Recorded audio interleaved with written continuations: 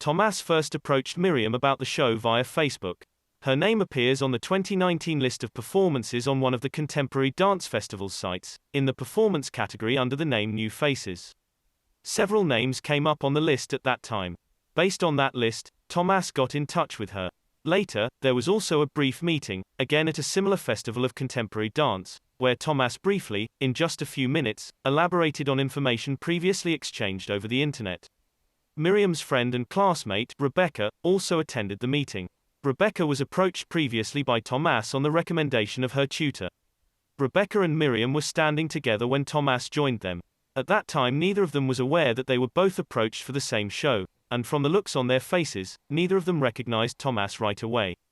Until then, Tomáš had no idea that the two knew each other. Tomáš was not able to make it to Miriam's show, as it was sold out. He was waiting in a bush behind the catering van until the show was over and he would get a chance to catch the girls. There was a group of people surrounding the girls who were probably congratulating them on their performance, as it is customary in these parts. It is a very small world where everyone knows everybody. As Tomáš was already in quite a hurry to catch his train, he walked straight up to a small table in the courtyard of the new synagogue in Žilina, where the girls were standing after a long day, intentionally not mingling with others. "Hi, I am Tomáš." Miriam remembers this with humor. She recalls eating an orange. She remembers they were being told the outline of the performance's objective. From their discussion, they got an idea of what the performance was about. Due to the timetable constraints, Rebecca in the end did not participate in the show. However, they certainly still could work together in the future. Recently, Rebecca established her own brand of hand-knitted socks made by grandmas. Miriam's sister helped her create visualizations for the socks. Miriam has not heard from her in a while, just that she is finishing her master's degree at University of Performing Arts in Bratislava. Rebecca also recently called Miriam's grandmother to see if she would like to make some extra money by knitting socks, but Gran did not feel up to it. Miriam likes to remember the first residency she took in Brno. The most vivid memory she has of those few days is the blue carpet where most of the dance rehearsals took place. As part of the overall reflection of all settings associated with the process of preparation of the performance, Miriam includes her feelings as a state of unconsciousness. Namely, that she didn't know where she fit in the process and the idea of the final performance.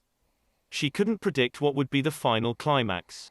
Much of the information about what it all amounted to was kept under a blanket of mystery, albeit paradoxically, every activity during rehearsals was giving away excessive amount of information, meanings, and clues.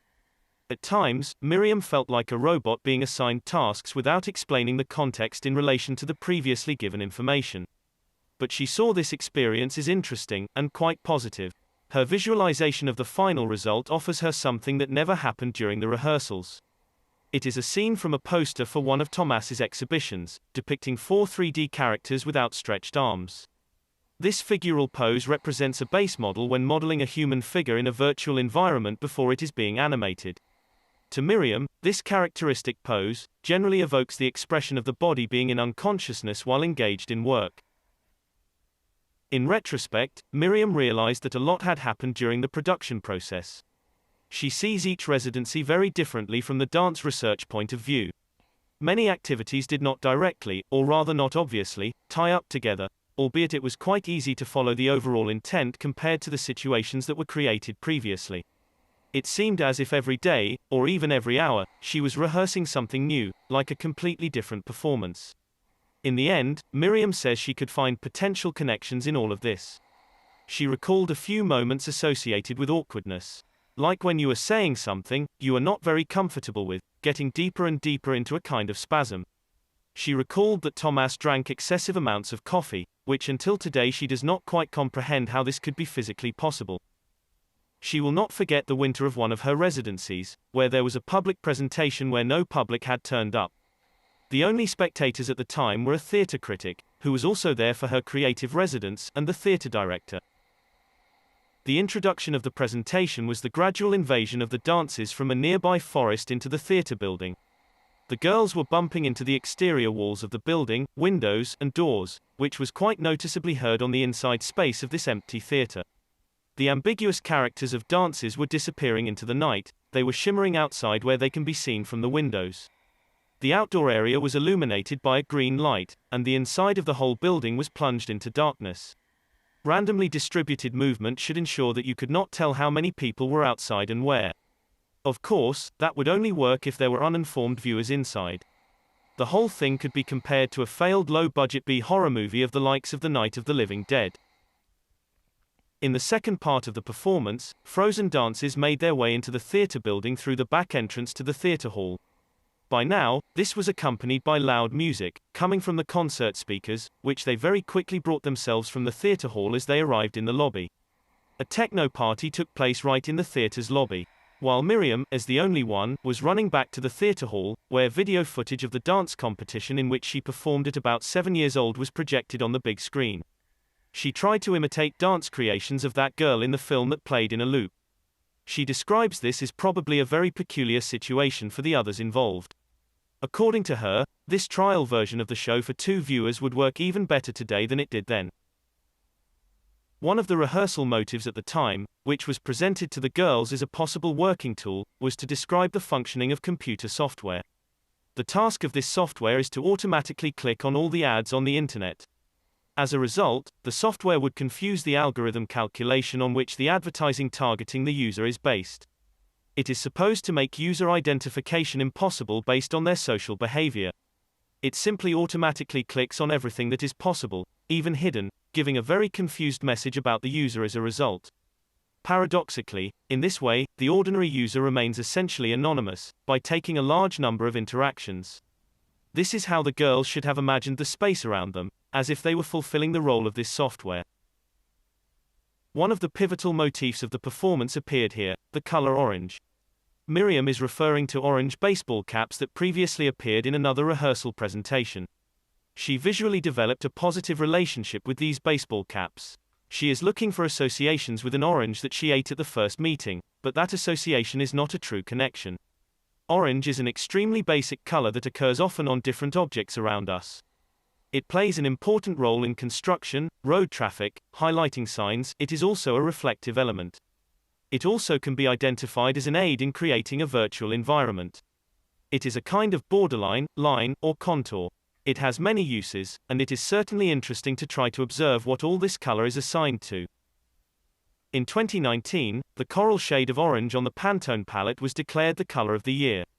A year later, it was classic blue. Sometime when she was 4, little Miriam started to attend the Eva Movement Studio, which focused on gymnastics. One fragment of her memories from this period is how relatively often she was stretching on wooden wall bars. That was her first real contact with dance. Later, when she started primary school, alongside, always after classes, she would continue to attend the gymnastics club that was taking place in the hall next to her school. This hall was called the Gymnastics Trampoline Club. Yes, the trampolines were the main attraction for her. At that time, her coaches started to choreograph her routine for an upcoming competition. It was based heavily around gymnastics with some dance. She competed in floor exercise. She did not get far in this discipline. In these gymnastics circles there were a lot of kids who were much better than her. She never even made it to the top 10 of these competitions. She took part, but not on her own accord. Her mother, who dreamt of being a dancer, pushed her into these competitions. Her parents seldom asked her what she would like to do or what was she interested in. In this way, her parents probably prepared her for her future career. This was a relatively good solution for Miriam as according to her, she was never good at maths or other logical subjects. She remembers one of her coaches who used to attend the conservatory. She kind of suggested to her that gymnastics was not exactly right for her. She directed her further to the local conservatory, where she could study dance directly. That is when Miriam thought, this is an opportunity that in the future would support her. That is where she first encountered contemporary dance. It was a big change from folk dance and ballet, the conventional dance genres. Miriam remembers seeing a performance of physical theater by Joseph Fruchek in the dance studio in Banska Bystrica. This show featured real blood. That was the moment that kicked off a lot of things for her. Miriam's performance that was already mentioned, which she presented in 2019 as part of the Contemporary Dance Festival, was primarily created for the competition. This choreographic competition had a financial award, what was for Miriam the main incentive at that time, as she needed funds to go to study abroad. It took Miriam roughly 2 days to create her own dance solo. She knew who was organizing the competition and she tried to tailor her performance accordingly. She knew that the panel would consist of certain people who are well respected and known in the Slovak dance community.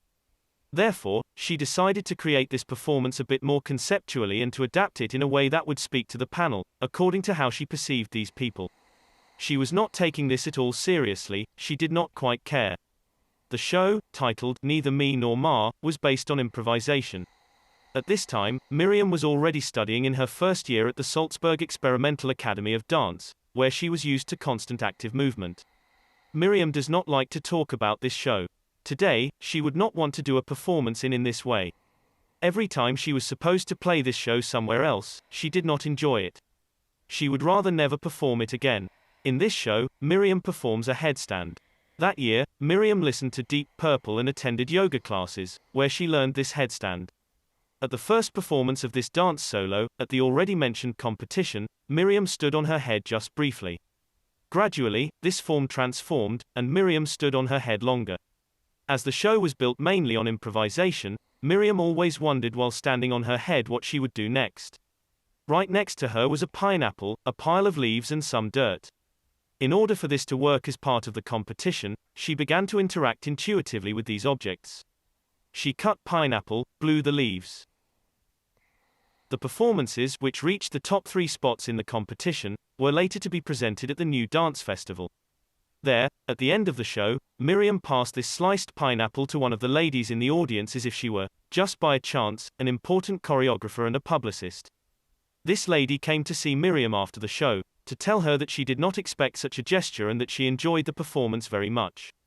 After this accolade, Miriam told herself that in the end it was probably rather good.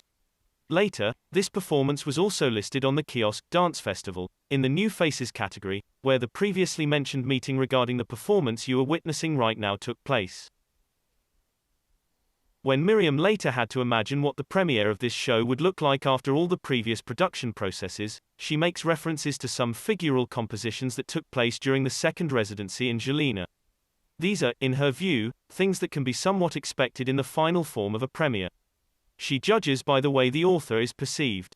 Particularly, for example, a case where all the dancers stood diagonally and moved in dance steps country music knows as a line dance. During these dance steps, they were asked in some parts to disassemble a firearm. Although a great deal of time has passed since the last pre-prime residency, some things are still fresh for her. She really doesn't have any specific idea about what is really going to be the final form of the performance. Later, when she devoted herself to doing her own creations, or during dance rehearsals at school, it happened on numerous occasions that many settings reminded her of the things from the production of this performance. At times, while doing other projects, she also wondered, for example, what would happen next at that moment if she were to be part of the rehearsal for this show. She often remembered times when it was decided whether what had just happened would be later used in the final form of the show or whether it will be cut. Also, from this consideration she drew the conclusion that anything from the process of rehearsing this performance would be fine to use in the end. She would not have a problem with any of this. However, she really regretted that during the rehearsal, one particular idea was abandoned. It was the idea of a poker game in a dramatic atmosphere similar to that of a television broadcast, a cards-based reality show with no comments or any physical expression that would not as much as indicate anything to anyone. By the time the girls even got to the playing table, they had to go through a process of another game right away, musical chairs, very similar to the one that is often played in nurseries or kids' parties, where a group of people would walk around chairs set up in a circle and once the signal sounded all the chairs have to be sat on. There are fewer chairs than players and after each round, the player who does not have a chair leaves the game. However, there were about 100 of these chairs in the hall at the time, which meant that a different system of reducing female players had to be invented. So, to gradually create a path to the playing table for all 3 players, only the chairs were removed. Chairs are generally an inexpensive, but highly effective, element of dance performances. Today, it could be said that they are a sign of underestimation of both the audience and the dancers. Yes, they are a very significant part of everyday life in space, but so it was in the 1980s and also in the Middle Ages. Ultimately, all 3 girls came to sit at the table, no one had to leave the game, and only the chairs changed the composition in space. These chairs would later be intended for the potential audience, who would until then only be standing up. After each round, 3 more people from the audience would be sat down. This kind of audience interaction cannot always be expected, especially if it is not clear where the plot of the performance will lead and whether the last few chairs would not be used again by the dancers.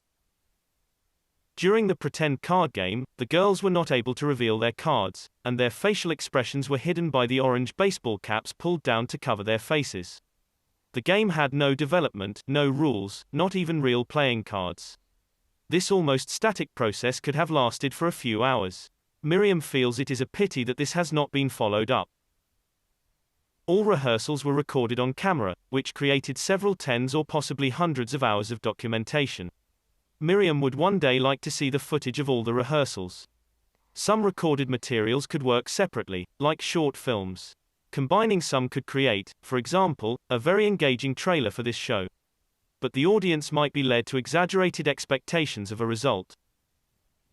For a while, one trailer was being created, but from new materials that were created separately from the show's joint production processes. This trailer eventually became a half-hour video called Carpet Stories, which does not directly refer to the show. In the video, an office chair takes the main role, spontaneously starts to spin around its own axis. There is no assistance from anyone, but the chair does not stop. Computer-generated voices of computer assistants commenting on the story spread further around the room. The room contains various photographs of this particular chair, or for example a deformed portrait of an avatar from the computer game Half-Life. This video can be found on the internet. Nonetheless, Miriam is not afraid of the result, and she speaks for all of the girls, that they will do their best and it will all work out in the end. Miriam likes to watch internet videos filmed by a slow-motion camera, where people slice, cut, paint, or squeeze different kinds of food or other strange materials. She says that this pastime came from a particular experience in her life some time ago. Every time she watches this kind of video, she gets back the feeling of that experience. Recently, she discovered a YouTube channel where a giant plunger squeezes under great pressure various solid metal elements and compounds. This plunger can, for example, crush glass, steel, or a soccer ball. In these videos, there is a gentleman who puts materials under this plunger but is unfazed by any of it. Miriam enjoys the most when something quite soft is squashed in these videos. It gives her a very pleasant feeling. She likes how the cut runs symmetrically, precisely, or when in some other videos, long thin strips are being pushed out of small holes. When Miriam was little, she remembers how she enjoyed squeezing a balloon filled with flour. Doing this made her calm and still does to this day. Whenever and in any situation, this will work for her. She does not watch these videos to get calm, rather she is looking for excitement, a sense of thrill or surprise. If she had to choose a cake to slice, it would be a strawberry one. She would find it absolutely brilliant if such thing could be a part of the show.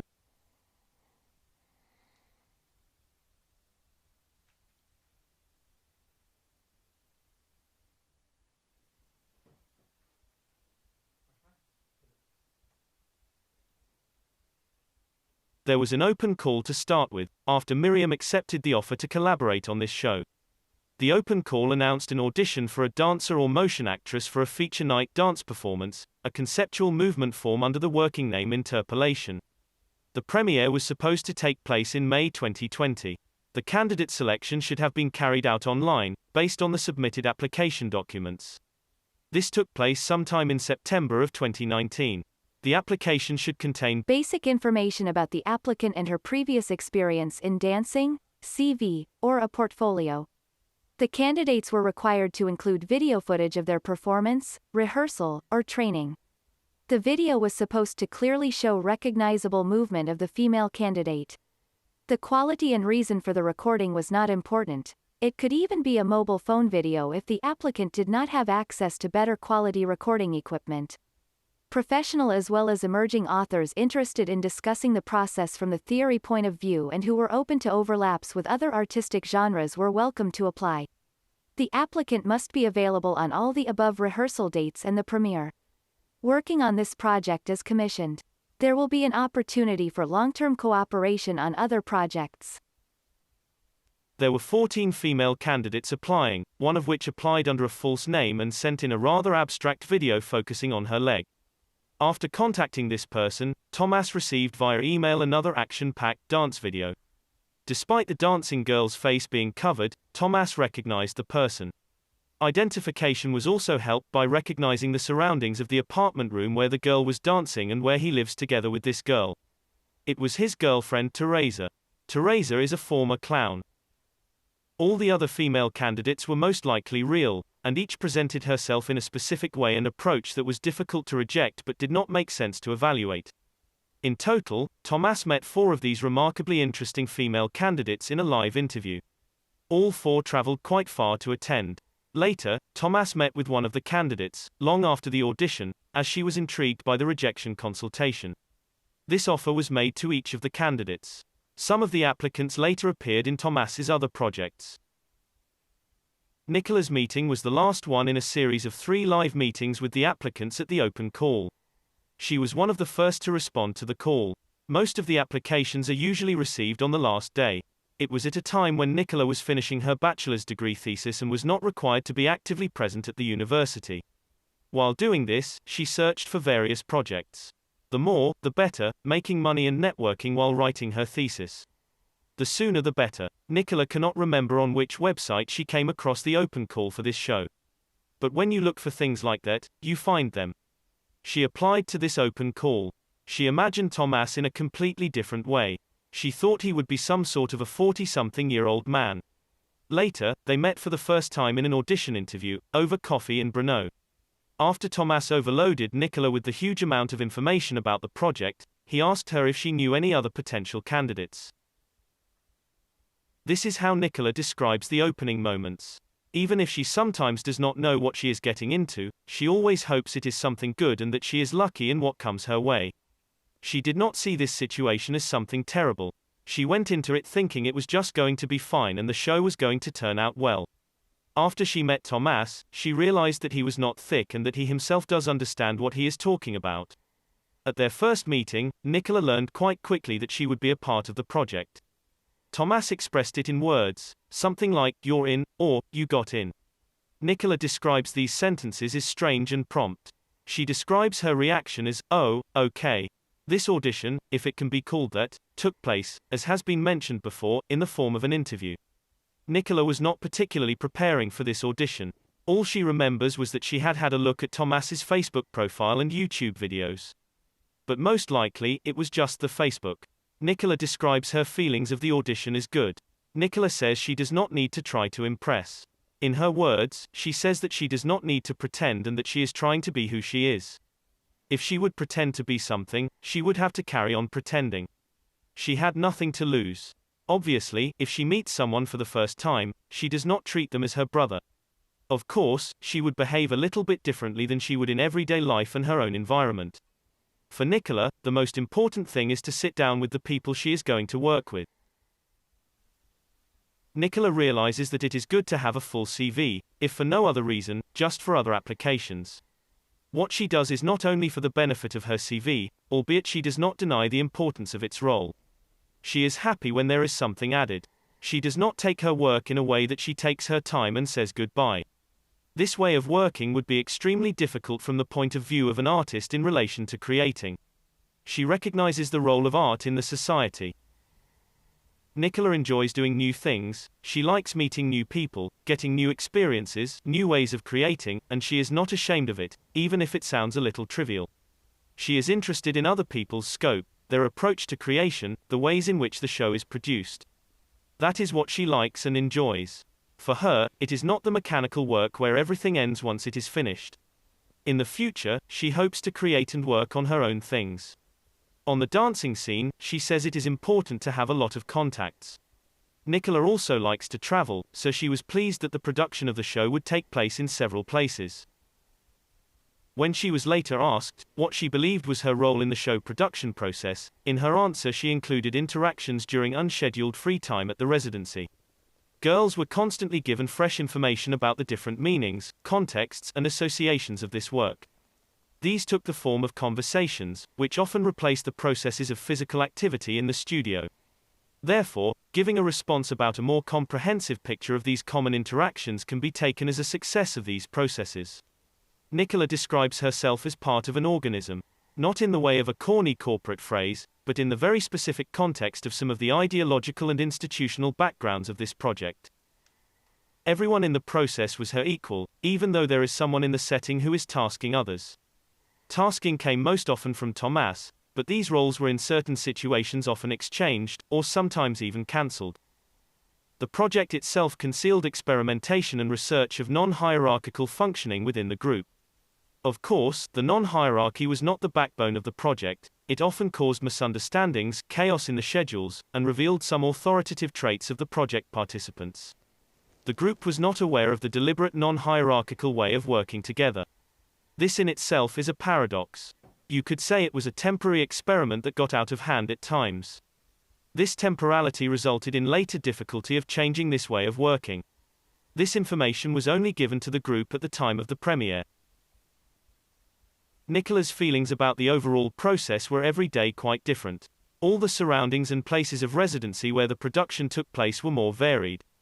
As the premiere had to be postponed several times, communication regarding the final performance was also changing and was not so straightforward, even during the long pause that occurred between the last residency and the premiere. Nikola felt the best in Žilina at Station Zarieci. The second joint residency took place there. She felt at her best as this environment was the closest to what can be described as the dance studio space. That is where the most interesting things were happening to her. She had the feeling of group and intense work there. She also felt that she achieved the best creative results. At the residency before, that is the first residency in Brno, it felt as if everyone there was a guinea pig. The fact that the residency was held according to her in a peculiar, cramped environment, in an environment better suited for painting than creating dance, contributed to this.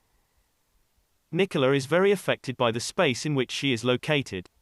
Nikola feels her best on the stage, in front of the audience. For her, it marks the climax of the whole production process, when something is finally being presented to the public. Of course, she finds working in the studio a similarly fulfilling activity. Therefore, she found the working environment in Žilina extremely comfortable. The residency in Brno she describes as a feeling of a strange room, but she does not perceive it in any critical way. There was also a studio in Batosi, in the Potten Theatre. It was where the last residency took place, and where the already mentioned techno party took place.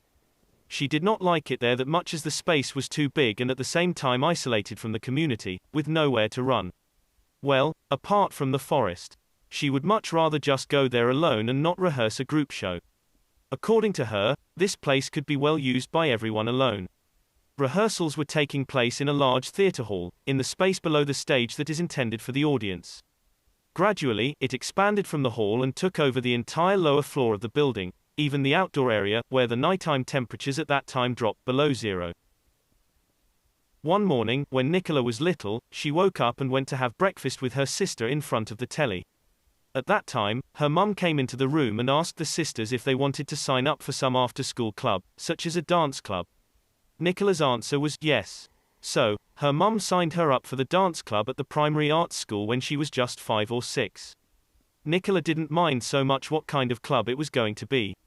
Why would she not try it? It was not so much about the dancing, it was about any club activity in general. In her words, she was too young to understand what dance is. In her words, the story of her first contact with dance is different from the others around her, who are still dancing today. She enjoyed the school club that took place twice a week. She describes it as a hobby of her early years. When later there was a decision made about to which secondary school to apply, she was still an active member of the club. At that time, her friend decided to go to the art school to study dance. Nikola was taken by surprise that something like this could even be studied. Her friend asked her if she wanted to accompany her to the entry exams, just for a laugh. So, Nikola joined her. She describes these events as a sequence of random events. After the entry exams, Nikola was accepted to the school. One of the main reasons she wanted to go to school was that she would be in the student halls. She really wanted to leave home. She always enjoyed dancing, but these decisions were never about her going straight for it. At the end of the 4th year, she was firmly decided that this is what she would like to do in her life. She spontaneously followed on to study at university abroad. From her childhood, she remembers that someone from her more distant family was suffering from kleptomania. Probably it was her uncle's uncle.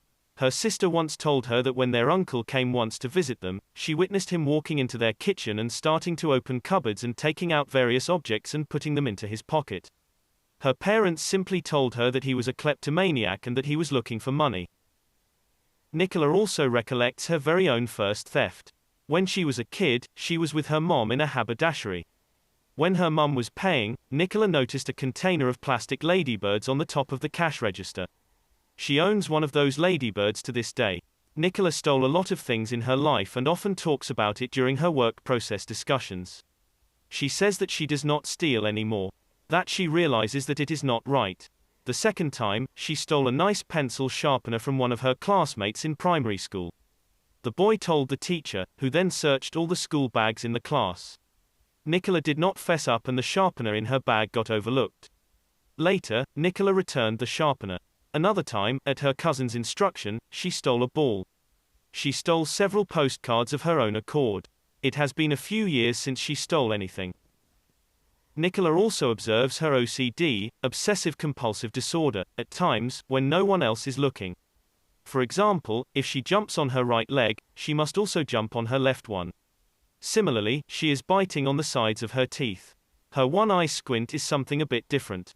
When Nikola squints twice with her right eye, she must balance it out twice on the left eye, and then straight away again with the right because the left eye is disadvantaged as the right eye was the last to squint. And since the number of these activities spontaneously accumulates, it just cannot be stopped, which brings about quite an unpleasant state that can only be interrupted by another activity. During the premiere of this show, Nikola was finishing the production of one other theatre performance, and was waiting for another that was taking place next month. During this break, she secretly organized studio physical exercise training. Nikola's a freelancer. She applies for residencies, for which she creates concepts, participates in auditions and waits for answers. She is always searching for and trying new things, and while doing that she teaches. In addition to that, she was a student then. Every day for 2 months she took 3 hours of German lessons.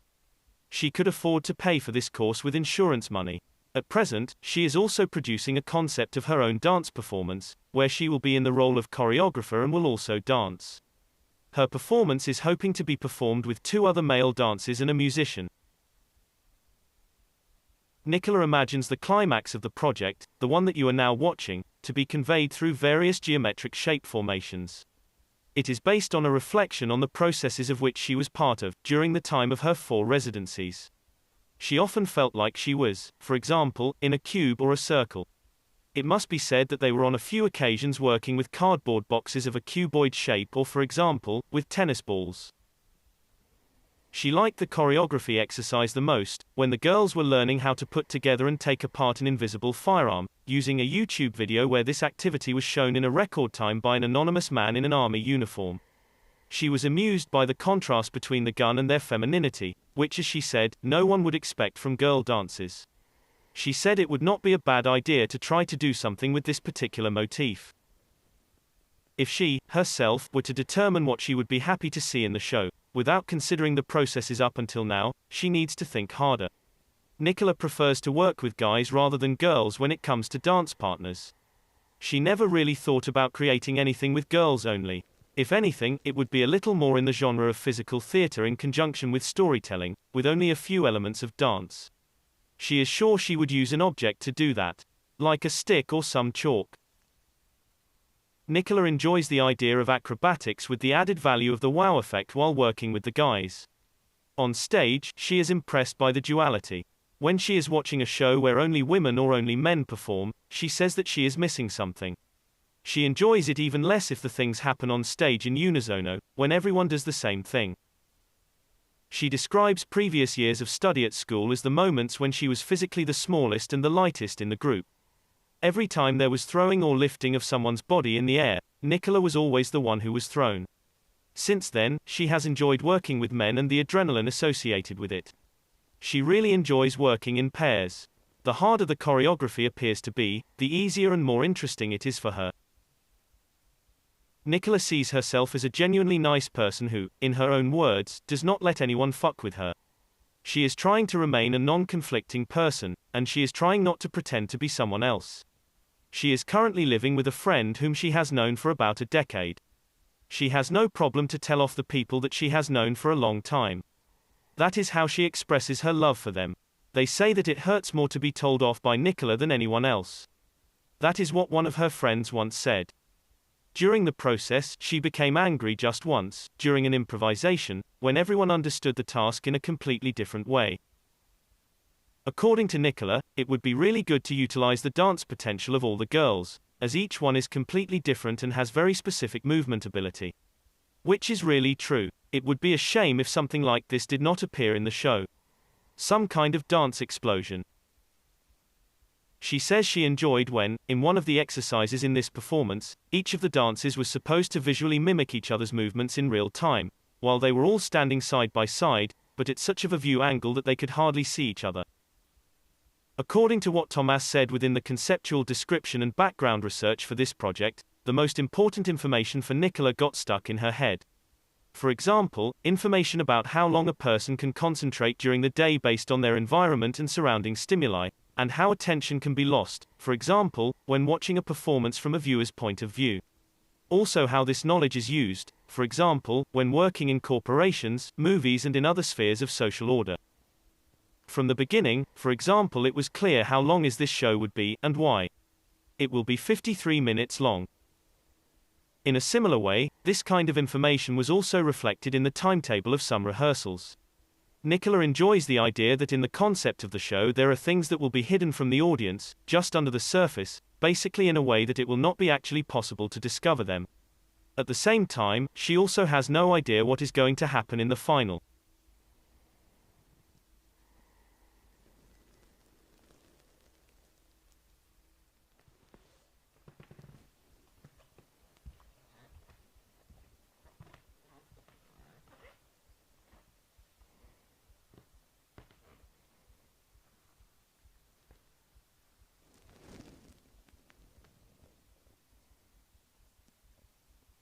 After Nikola got selected for the show at the audition, she recommended Tomáš to also approach Simona.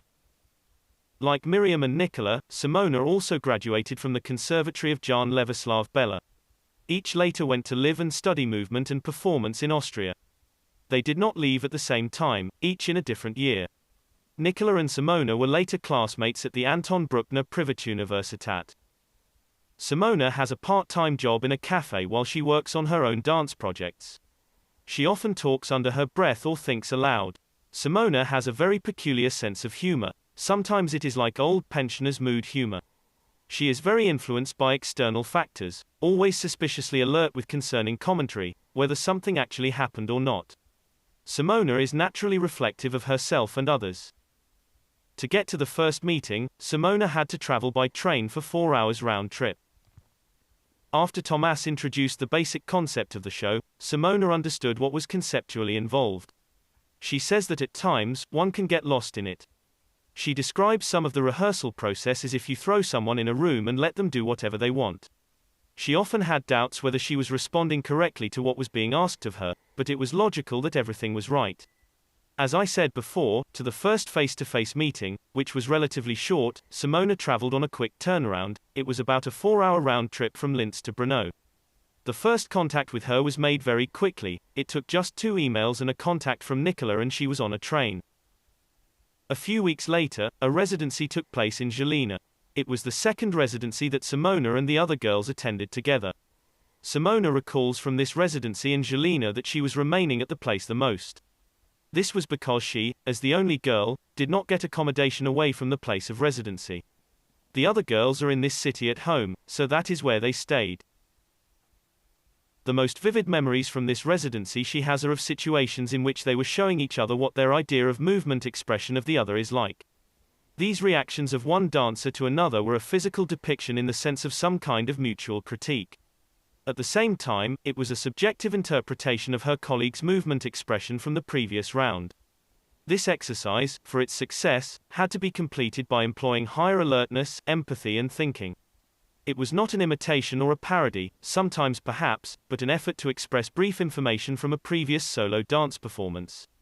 One girl always danced, and the others were watching her, not knowing until the last moment which one of the girls would be next.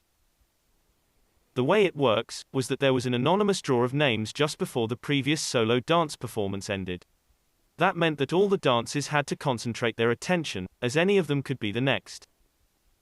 The importance for this view or analysis was grasping their expression, specifically in a different way than before, and to try to understand the language of movement of the other dancer. This language, as well as the information conveyed by it, they should then try to concisely translate into their dance expression, but by using the same dance language. During this exercise, original dance compositions were created. In this exercise, it was necessary to strongly reflect the self as well as the people around. Due to the complexity of this task, it was necessary to first try this exercise in verbal form, alternating the monologues. And only later, in the next cycle in the form of dance. It was the first time in the history of mankind that the abstract language of contemporary dance, in its arrogant, out-of-grasp reflection of complete and clear information of hidden ideological entities and identity, was presented through the self-reflection of physicality. It was for the first time that contemporary dance made sense. Like, totally. A few days later, at another residency, in the same town where Simona traveled by train for the first meeting on this project, another work in progress, public presentation took place. It was a part of Tomáš's exhibition, yet again in a completely different way. The exhibition was named Still Left. Simona did not expect the presentation to take place among hundreds of cardboard boxes. She describes the experience as interesting. Suddenly, cardboard boxes brought a different meaning to previous processes. It was suddenly something different. She says it was a freedom. It was not just about copying the motion. She was discovering new layers. According to her, there was no need to look for direct meaning, the associations offered by the surrounding area were enough. An object you can play with, simpler, yet with many options. This presentation itself took place on one evening in several places. It began after several dozen people entered the gallery space, where the girl dancers waited in standing still pose among hundreds of boxes arranged in regular sections, according to the layout of the tiles on the floor in the gallery. The boxes were of the same size as these stone tiles. Together, the boxes formed even aisles between in which it was possible walk freely. The boxes were not glued to the tiles, they could be moved. They were also part opened, which created geometrical differences in each and every one of them. Gradually, the girl dancers got moving using the country music steps of the previously mentioned line dance. They were avoiding the boxes. They all were at random directions, and they were changing the direction according to the dance steps. The dancers, to start with, were autonomously distanced. They only bumped into them only if a member of the audience disrupted their regular composition, and that was the only reason why the boxes were put in the line of dance steps. At times, the girls hit the walls as if they were not there. As if the rows of boxes should continue into the imaginary infinite space behind them. Similar to a program error in a computer game. Gradually, the girls disappeared out of the gallery and into the lobby, where they clumped together into one joint body.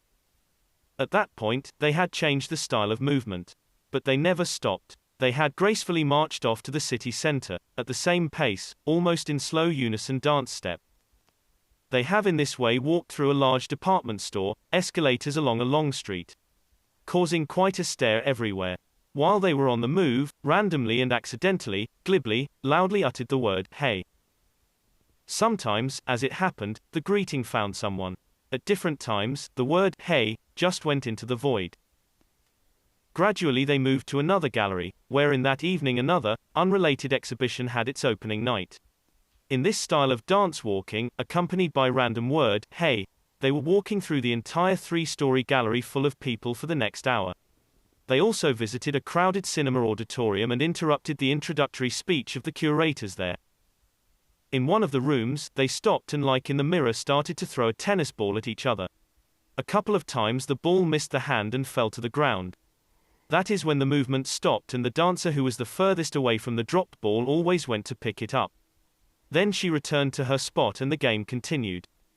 After some time, the game ended, and the joint migration continued through the space until they disappeared outside, out of sight of all visitors of this gallery. All the girls were dressed the same, in black, with heavy boots and orange baseball hats pulled down over their face to prevent their identification or eye contact. Let us imagine a walking individual. Somewhere, usually behind their back, there is an interpellation, "Hey, you, there." One of those individuals, in 90% of cases, is the one whose interpellation is aimed at, will turn around, because he believes, he has a feeling, he knows that it is for him, and thus acknowledges that he or she is the one at whom the interpellation was aimed at. The existence of ideology and interpellation of individuals as subjects is one and the same thing. We are exposed to interpellation at any time and under any conditions. Even though we think we are on the outside of the ideology, we are actually still inside it. By definition, the subjects that are interpellated by the ideology are under the impression that they have managed to find themselves outside the ideology. After all, the ideology has no outside.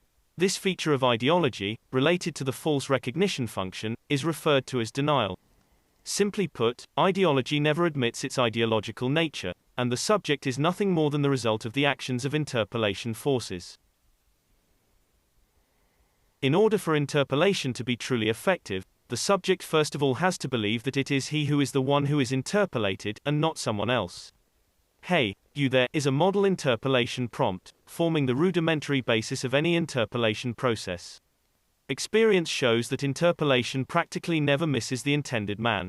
Whether it is a verbal prompt or whistling, the interpellated always recognizes that whoever is interpellated is really the one. The process of residencies was awfully long. The amount of information after such a long time tends to be forgotten. When discussing and telling stories together, Simona often felt misunderstood because of her way of expressing herself.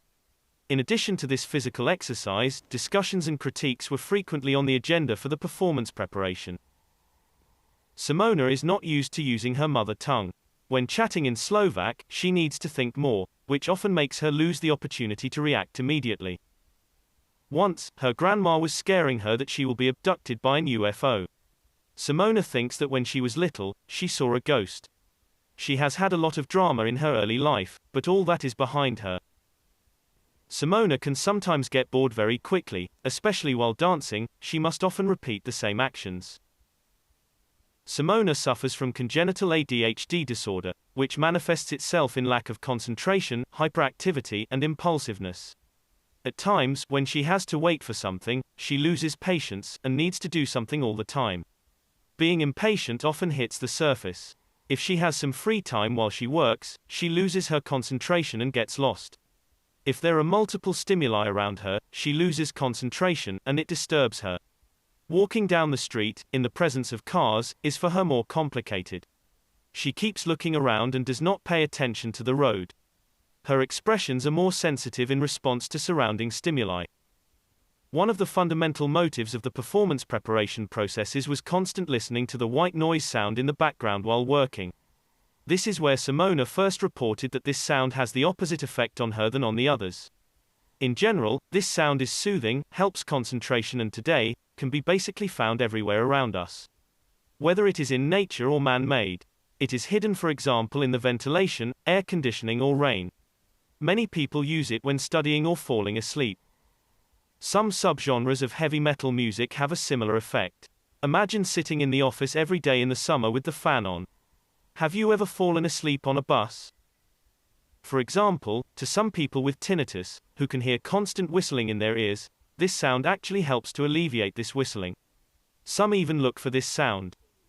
As long as the sound level is at atmospheric level and completes the background setting, that is fine with Simona. For Simona, it is not a problem to work with someone who can keep her concentration. She finds it most difficult if in an interview, a person jumps around too much, breaking down the information, simply put, finding himself. She needs information she can work with. The change occurs at the time of live performance. That is when Simona is extremely focused. In the run-up to this show, Simona was learning to play congas during her free time. She polished the rhythm, playing concentration, and the technique whenever she had a moment to herself, or forgot that there was something going on around her. This was simply her way of relaxing. She was always busy. Simona first came into contact with dance at the age of 3, when her mother enrolled her in a dance club. Later in life, she was most influenced by her teacher, who teaches at the dance conservatory in the city of Nitra. She wanted Simona to go on to study dance. It was at the same time when she realized that she has talent, and that the dance has meaning for her. Simona, in her own words, is a perfectionist. When she was 15, she firmly decided on dance after seeing a performance showing the reality and not just purely aesthetic movement that makes no sense to her.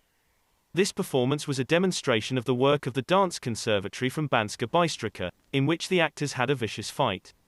It was a real fight, which she has never seen before. For 15-year-old Simona, there was something more than just dancing. Simona goes on to comment on the early collaboration with One Dance performance, in which it was not about knowing what this performance was about, while it mainly created the confidence that it was going in the right direction. There was no need to ask or look for the ideas. In the end, there was a feeling that a person had done the right thing and that it felt good. This has not happened to her in a long time.